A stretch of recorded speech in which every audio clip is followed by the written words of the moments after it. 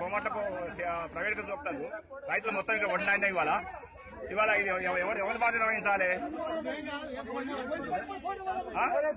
ఇది నచ్చవాళ్ళు కట్టియాలి, గవర్నమెంట్ కట్టియాలి. ఇదివరకు ధర్నా ఎవరి గంట చేపలు ఎంఆర్ వాళ్ళు సర్పంచ్ ఎవరు రాలేదు. ధర్నా ఎవరి గంట చేప ఇక్కడ ఎవరి స్పందన లేదు. ఇక్కడ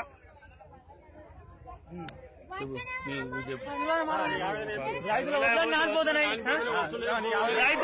నాటిపోతున్నాయి, మొత్తం కాలం ఖర్చులో కత్తనం ఎండిపోతే అవన్నీ వడ్లన్నీ ఇప్పుడు బరదలు తెచ్చి పర్వపాడు ఎక్కడ కనీసం 10 లార్ల వడ్లు అని వడ్లున్నాయి.